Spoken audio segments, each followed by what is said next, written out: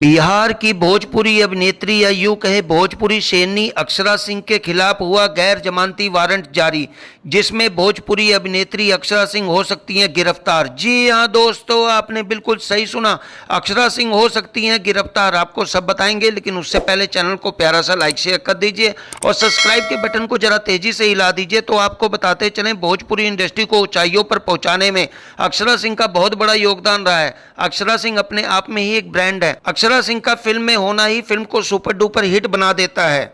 हाल फिलहाल बिहार की भोजपुरी अभिनेत्री अक्षरा सिंह के खिलाफ गैर जमानती वारंट जारी किया गया है, जिससे भोजपुरी अभिनेत्री गिरफ्तार हो सकती है। यह मामला एक आयोजित कार्यक्रम में अक्षरा सिंह शामिल नहीं हुई तो लोग आक्रोशित हो गए थे और जमकर हंगामा हुआ था। इसके बाद खगड़िया सिविल कोर्ट में टेंट संचालक ने अभिनेत्री के खिलाफ केस दर्ज करवाया था। 6 वर्ष पूर्व 8 जुलाई 2018 को खगड़िया के JNKT मैदान में शहीद किशोर कुमार मुन्ना के नाम पर कार्यक्रम आयोजित किया गया था।